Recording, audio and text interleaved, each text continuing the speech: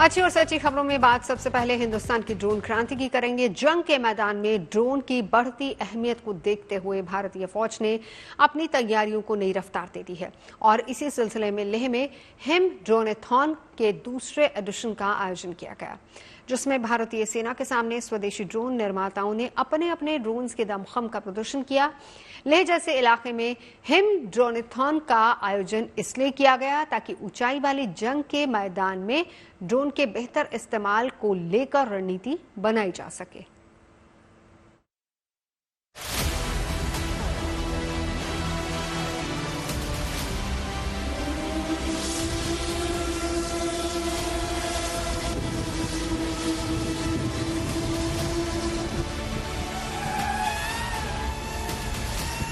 ऊंची ऊंची चोटियां और 15,200 फीट की ऊंचाई पर हवा में मंडराते ड्रोन्स, जो किसी स्पेशल ऑपरेशन का हिस्सा नहीं है, बल्कि ये लेह में आयोजित हुए हिम ड्रोन अथॉन का हिस्सा है। हिम ड्रोन अथॉन के इस दूसरे एडिशन में 25 से ज्यादा स्वदेशी ड्रोन निर्माता अपने अपने स्पेशल ड्रोन के साथ शामिल हुए हैं।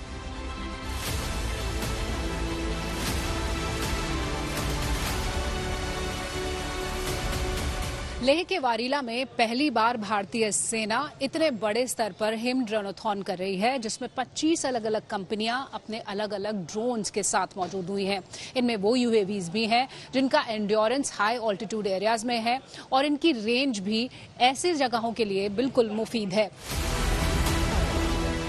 सेना के अधिकारियों की मौजूदगी में इन स्वदेशी ड्रोन निर्माताओं ने surveillance drone, logistics drone, swarm drone, electronic warfare और कम्युनिकेशन इंटेलिजेंस जैसे विशेष पेलोड वाले ड्रोन का सफल प्रदर्शन किया।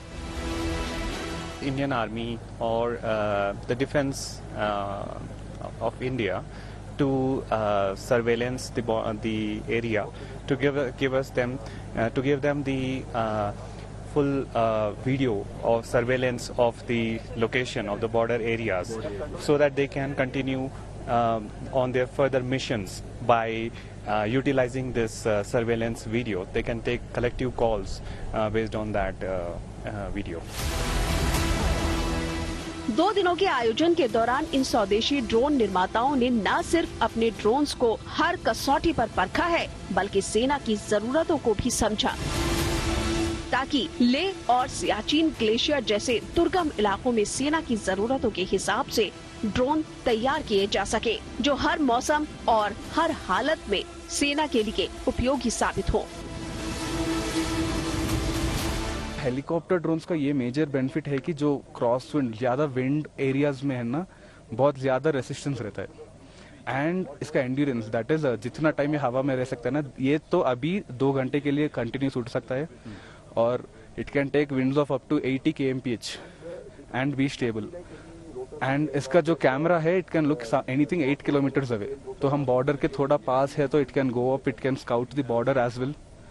एंड इस पे डे कैमरा, नाइट कैमरा दोनों है। So our entire aim is also to facilitate in search and rescue operations, that is जब भी people might go missing in action और anything, and this difficult terrain में हम जाके उन सर्चिंग बहुत डिफिकल्ट हो जाएगा। So in that situations the camera on the drone will be very helpful. And इसका लॉजिस्टिक्स भी है, दैट इज ये अभी 15 किलो का वेट 1 किलोमीटर ऊपर के एल्टीट्यूड तक पहुंचा सकता है।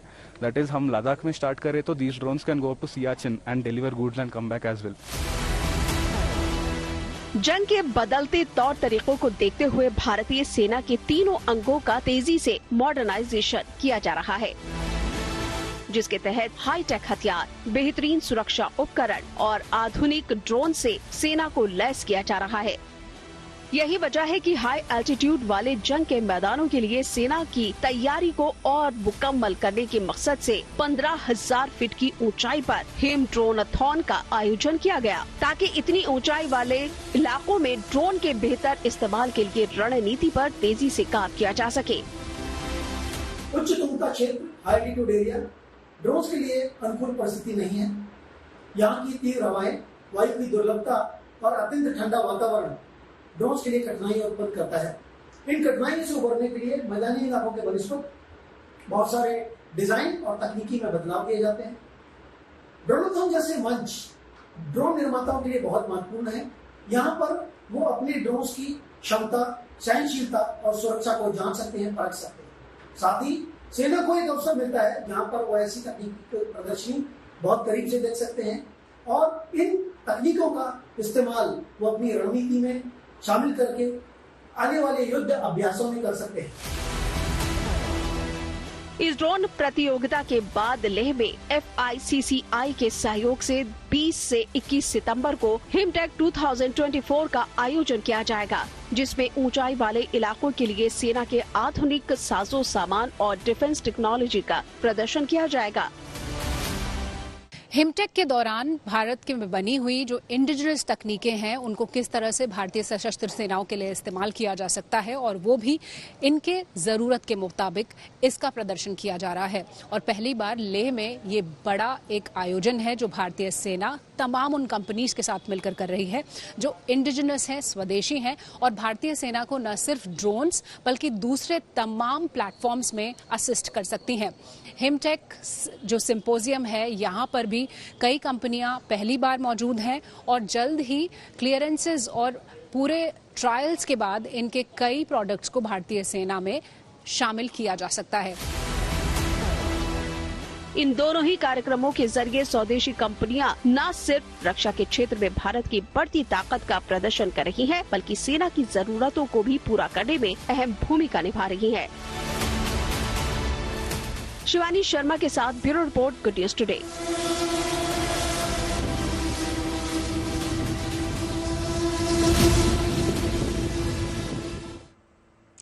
और बात भारतीय और अमेरिकी सेना के संयुक्त युद्धाभ्यास की, जो राजस्थान के बीकानेर में चल रहा है। करीब 10 दिन से चल रहे इस ज्वाइंट एक्सरसाइज के दौरान दोनों देशों की सेनाओं की तरफ से शत्रुओं को उनके अंजाम तक पहुंचाने वाले युद्ध कौशल का प्रदर्शन हो रहा है। इस संयुक्त अभ्यास का मकसद आतंकवाद विरोधी अभियान चलाने के लिए दोनों सेनाओं की सैनिक क्षमताओं को बढ़ाना और उनको परखना है।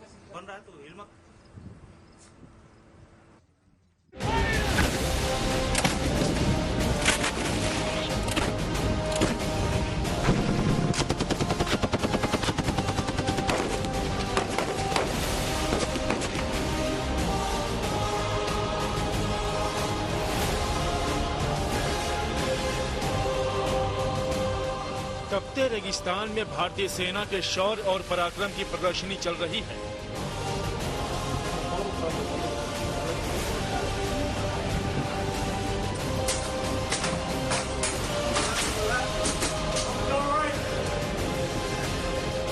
दुश्मनों की साजिशों को नाकाम करने के लिए रेतीली जमीन पर वीरों के अडिग कदम की आहट सुनाई दे रही है।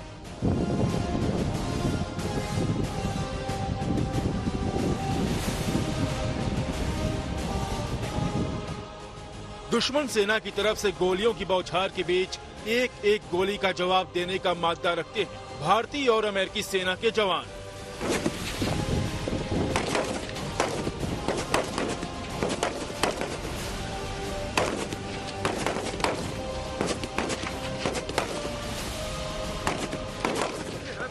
करीब 40 किलोमीटर तक M777 लाइट हवित्जर तोप से दागे जाने वाले 155 mm के गोलों से दुश्मन सेना का बचना नामुमकिन है।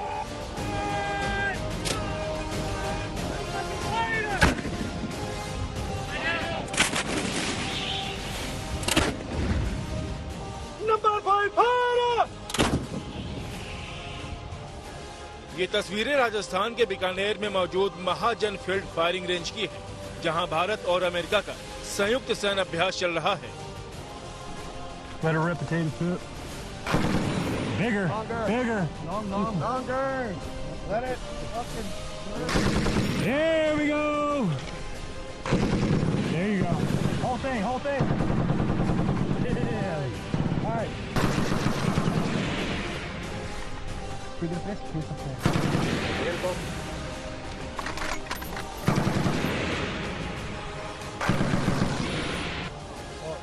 दोनों देशों के सैनिक एक दूसरे को युद्ध नीति समझा रहे हैं। दशकों से दुश्मनों से निपटने के अपने अनुभव को एक दूसरे के साथ साझा कर रहे हैं। भारत की तरफ से राजपूत रेजिमेंट के 600 जवान के साथ अमेरिकी सेना के 600 जवान भी सैन्य अभ्यास में हिस्सा ले रहे हैं, जिनमें अमेरिकी सेना के 11वें एयरबोर्न डिवीजन की 1 से 24 बटालियन के सैनिक शामिल हैं। Now he's ready to go. So, what are you gonna do? Bigger first. हर सीमा की अपनी अपनी चुनौतियां होती हैं। पाकिस्तान से सटी भारत की पश्चिमी सीमा का बड़ा हिस्सा रेतीला है। अखंडता और संप्रभुता की रक्षा करने के लिए भारतीय सेना जहां कठिन हालात में मजबूती से तैनात रहती है, 50 डिग्री तापमान के बीच खाल जला देने वाली गर्मी तक सहती है, उस पर धूल भरी आंधी। रेतीले बवंडर के बावजूद हमारे रणबांकुरे लगातार डटे रहते हैं। भारतीय सेना को ऐसे मुकाबलों का लंबा अनुभव है और अब यही गुण अमेरिकी सेना के जवान भारतीय सैनिकों से सीख रहे हैं।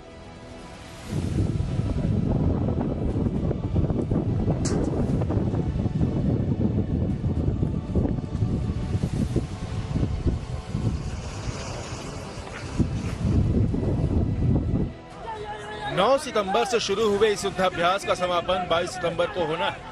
इस दौरान आतंकी खतरों से निपटने के साथ साथ आत्मरक्षा के लिए भी नए नए गुण सिखाए जा रहे हैं। इस एक्सरसाइज के दौरान हम लोग कैसे किस प्रकार से ज्वाइंट ऑपरेशन कंडक्ट करते हैं, साथ में कैसे लाइव फायरिंग के दौरान एक इन्फेंट्री बटालियन मूव करती है और अपना कार्रवाई करती है, उसके बारे में सीखेंगे। मैं आशा करता हूं कि दैट जो एक्सरसाइज है वो हमारी रिलेशनशिप जो कि हमारे दोनों देशों के उसको फर्दर सॉलिडिफाई करेंगे और हमारी दोनों आर्मी को इंटर ऑपरेट कैसे कोऑपरेट कर सकते हैं एक साथ मिलकर, उसके बारे में सिखाएंगे। इस साल ज्वाइंट एक्सरसाइज का 20वां संस्करण है। साल 2004 से भारत और अमेरिका इस सालाना संयुक्त युद्धाभ्यास की बारी बारी मेजबानी कर रहे हैं ताकि एक दूसरे के सैन्य अनुभव के आधार पर आतंकवादियों के साथ साथ दुश्मनों के सैन्य ऑपरेशन को भी नाकाम किया जा सके। बीकानेर से कुलदीप चारण के साथ bureau report, good news today. और अब बात करते हैं बिजली बनाने वाली टाइल्स की। एक स्टार्टअप ऐसे सोलर टाइल्स लेकर आया है जिन्हें घरों में आप कहीं भी फिट कर सकते हैं। सौर ऊर्जा क्षेत्र में इस खास तरह की टाइल्स की बड़ी धूम है, जिसको बनाने के लिए सिंगल यूज प्लास्टिक और इंडस्ट्रियल वेस्ट का इस्तेमाल किया गया। और सबसे अच्छी बात यह है कि ये आम सोलर पैनल की कीमत में आपको मिल जाएंगी, यानी कि अब सोलर पैनल की जगह सोलर टाइल्स लगवाने का भी विकल्प आपके पास मौजूद होगा।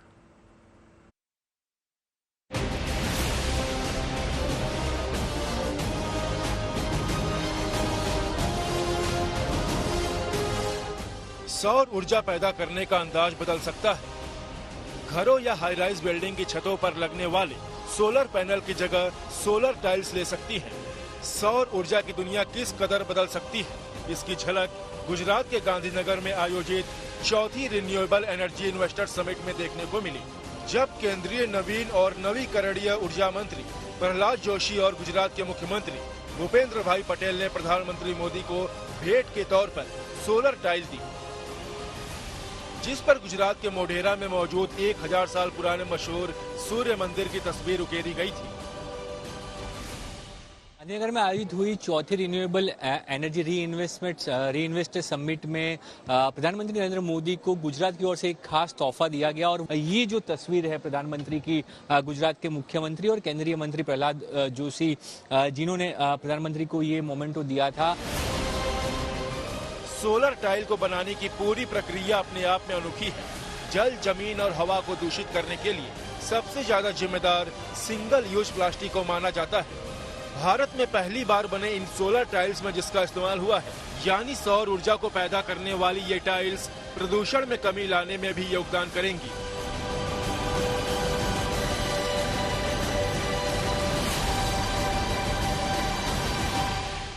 सर, भारत की पहली टाइल है जो सिंगल यूज प्लास्टिक और इंडस्ट्रियल वेस्ट को प्रोसेस करके बनाई गई है। और इस टेक्नोलॉजी में ऐसा नया है कि ये सोलर एनर्जी भी प्रोड्यूस करता है। So this is made using a plastic waste as a material. ये जो सिंगल टाइल 350 हमारे प्लास्टिक वेफर्स के पैकेट्स को कंबाइन और इंडस्ट्रियल वेस्ट को कंबाइन करके टेक्नोलॉजी बनाई गई है।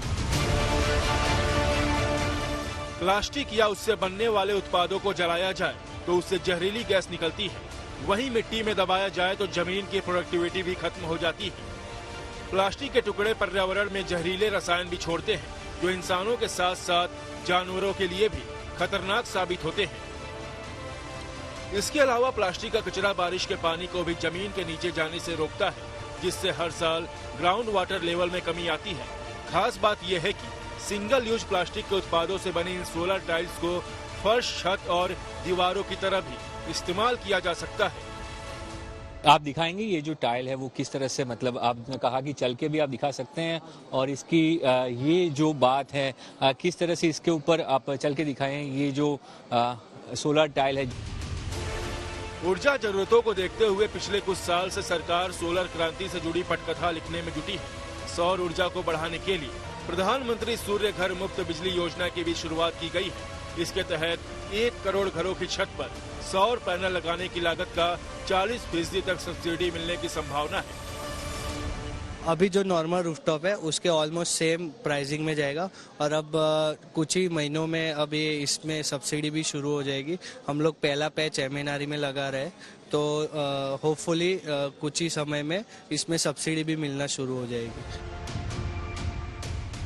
यानी हर घर चमकेगा, हर घर बढ़ेगा। इमारतों के ढांचे में सोलर टाइल्स शामिल होने से वहां कभी अंधेरा नहीं छाएगा। सूरज ढलने के बाद सूरज की रोशनी इन्हें उजाला देती रहेगी। गांधीनगर से संवाददाता ब्रजेश दोषी के साथ bureau report, good news today. अब बात मौसम की कर लेते हैं। वैसे दिल्ली और NCR में लगातार मौसम सुहावना बना हुआ है और पिछले कई दिनों से दिल्ली NCR में बारिश हो रही है, कभी रुक रुक कर तो कभी अच्छी खासी यानी कि झमाझम। मौसम बदल चुका है, हवा में ठंडक है और आने वाले दिनों में कहा जा रहा है कि राजधानी और आसपास के जितने भी इलाके हैं वहां पर तापमान और कम हो सकता है, यानी कि थोड़ी ठंडक का एहसास लोगों को हो सकता है। तो सवाल यह है कि क्या गर्मी वापस आएगी या फिर अब ये माना जाए कि यहीं से सर्दी की शुरुआत हो रही है। जाहिर सी बात है ये सवाल आपके मन में भी होगा, क्योंकि लगातार जिस तरीके से मॉनसून सीजन आगे खिसकता जा रहा है उससे सवाल यही है। और वैसे मौसम विशेषज्ञ भी यही मान रहे हैं कि इस बार सर्दी ज्यादा पड़ने वाली है। वैसे दिल्ली ही नहीं बल्कि मध्य प्रदेश, यूपी, उत्तराखंड, इसी के साथ साथ कई और राज्य भी जहां पर आने वाले दिनों में मौसम में तब्दीली देखी जा सकती है और जो मानसूनी बौछारें हैं वो अभी भी कई राज्यों को भिगो सकती हैं, तरबतर कर सकती हैं। तापमान में गिरावट दर्ज की जा सकती है। तो मौसम का मिजाज किस तरीके का रहने वाला है आने वाले दिनों में, पूर्व, पश्चिम, उत्तर, दक्षिण, कहाँ किस तरह का हाल है, ये सब आपको बताएंगे। लेकिन इसी के साथ साथ लोगों को मौसम की दुश्वारियों से भी दो चार होना पड़ रहा है। सितंबर का महीना चल रहा है और कहें कि सितंबर का महीना भी खत्म होने को आया है। तो ऐसे में शायद ही किसी ने सोचा होगा कि इस तरीके से सितंबर में भी झमाझम बारिश होगी और बारिश भी ऐसी कि कई इलाकों में बाढ़ जैसे हालात पैदा हो जाएंगे। इन तस्वीरों को देखकर आप अंदाजा लगा सकते हैं। तस्वीरें दिल्ली NCR के साथ साथ देश के कई दूसरे हिस्सों की हैं और इस मैप के जरिए जरा आपको समझाने की कोशिश भी करते हैं। अगर हम राजस्थान की बात करें तो सामान्य से अधिक बारिश यहां पर हुई है। 7 ऐसे राज्य जहां पर सामान्य से ज्यादा बारिश हुई, जिसमें राजस्थान 59% ज्यादा बारिश हुई है। गुजरात की बात करें तो 45% ज्यादा बारिश वहां पर हुई है। महाराष्ट्र की बात करें तो 25% ज्यादा, दिल्ली में भी 24% से ज्यादा बारिश हुई है और इसी के साथ साथ मध्य प्रदेश में भी 15% से ज्यादा बारिश हुई है। और इस बार कहा जा रहा है कि 7 राज्य ऐसे जहां सामान्य से ज्यादा बारिश के साथ साथ बारिश ने रिकॉर्ड भी तोड़े हैं। अभी भी राजस्थान हो, गुजरात हो, मध्य प्रदेश हो, दिल्ली NCR का इलाका हो, महाराष्ट्र का इलाका हो, रुक रुक कर बारिश हो रही है। लगातार मौसम सुहावना भी बना हुआ है, लेकिन इसी के साथ साथ कई इलाके ऐसे जहां पर जमकर बारिश हो रही है। अभी तक 8% से ज्यादा बारिश हो चुकी है और 17 सितंबर तक की अगर हम बात करें तो ये अगर सामान्य बारिश 806.8 मिलीमीटर थी और हुई कितनी है ये भी जरा देखिए, कितनी ज्यादा हुई है, 8% ज्यादा। और ये आंकड़ा कहां पहुंचा है, 867.4 मिलीमीटर तक। और इसी के साथ साथ बारिश की 90% से नीचे भारी कमी और सामान्य से कम बारिश 90 से 95%। लेकिन दिल्ली और NCR वालों के लिए इसको एक अच्छी बारिश इसलिए कहा जा सकता है क्योंकि AQI जो है वो इस बार काफी अच्छा देखा जा रहा है, यानी कि जो हवा की गुणवत्ता है उसमें बहुत ज्यादा सुधार हुआ है। बहरहाल मौसम वैज्ञानिक डॉक्टर नरेश कुमार क्या कह रहे हैं आपको सुनाते हैं। दिल्ली में एक बार फिर से मौसम ने जो है करवट ली है। 2-3 दिन की राहत के बाद दिल्ली में कल से मौसम जो है एकदम बदल चुका है। रुक रुक के बारिश हो रही है। मौसम वैज्ञानिक डॉक्टर नरेश जी हमारे साथ हैं। कितने दिन तक इस मौसम जो है इसी तरीके से रहने वाला है? देखिए, ये जो रेनफॉल एक्टिविटी हो रही है उसका रीजन क्या है कि एक वेल मार्क लो प्रेशर जो पहले डिप्रेशन था और आज सुबह वेल मार्क लो प्रेशर बना है, जो उसकी पोजीशन है ये northern part of Madhya Pradesh, उसके प्रभाव से कल भी रेनफॉल एक्टिविटी रहा। उसके साथ अगर आप एडजॉइनिंग एरिया की बात करें, उत्तर प्रदेश, वेस्ट उत्तर प्रदेश, वहाँ वेरी हैवी से ज़्यादा रेनफॉल रहा, 12 सेंटीमीटर से ज़्यादा रहा। मध्य प्रदेश में भी रेनफॉल एक्टिविटी रहा। एनसीआर दिल्ली में भी लाइट टू मॉडरेट रहा।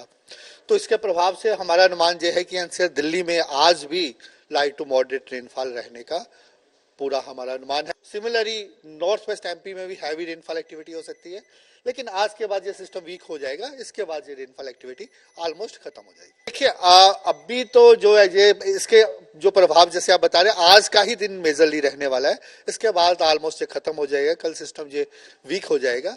और लेकिन गर्मी का ऐसा है कि अभी भी generally north westerly wind prevail कर रही है। ज्यादा टेम्परेचर्स और नॉर्मल टेम्परेचर से वैसे ही रहने वाले हैं। इतना ज्यादा वेरिएबिलिटी हम एक्सपेक्ट नहीं कर रहे। इसके लिए जो इसका मैंने बताया लो प्रेशर एरिया है, उसका प्रभाव आज के लिए उत्तराखंड में भी रहेगा। इसके बाद स्लोली ये खत्म हो जाएगा। रेड अलर्ट की बात करूं, कहीं आपकी ओर से रेड अलर्ट किसी भी राज्य में? नहीं, बिल्कुल अलर्ट नहीं है। अभी जस्ट यही है कि सिर्फ हमारा उत्तर प्रदेश के लिए ऑरेंज अलर्ट है। इसके बाद जितना हरियाणा की बात करें, एनसीआर दिल्ली और उत्तराखंड और मध्य प्रदेश, वहां हमारा येलो अलर्ट है। जमशेदपुर में रहने वाले लोगों के लिए खुशखबरी है। वो यहाँ टाटा स्टील जूलॉजिकल पार्क में व्हाइट जीब्रा देखने पहुंच सकते हैं। इस जू में 2 व्हाइट जीब्रा लाए गए हैं। साथ ही 10 विदेशी पक्षी भी जामनगर से जमशेदपुर तक का सफर तय करके पहुंचे हैं। फिलहाल 40 दिन इन सभी नए मेहमानों को क्वारंटीन रखा जाएगा और फिर आम पब्लिक डिस्प्ले के लिए जू में छोड़ दिया जाएगा।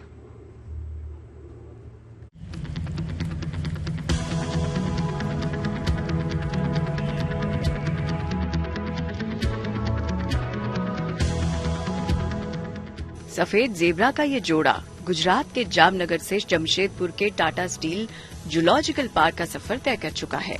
अब यही इनका घर है। जू में पहली बार ये 2 सफेद जेब्रा आए हैं, तो उनका खास ख्याल रखा जा रहा है। जामनगर से लाने के बाद पहले इन्हें 40 दिन क्वारंटीन रखा गया और अब पब्लिक डिस्प्ले के लिए छोड़ दिया गया है।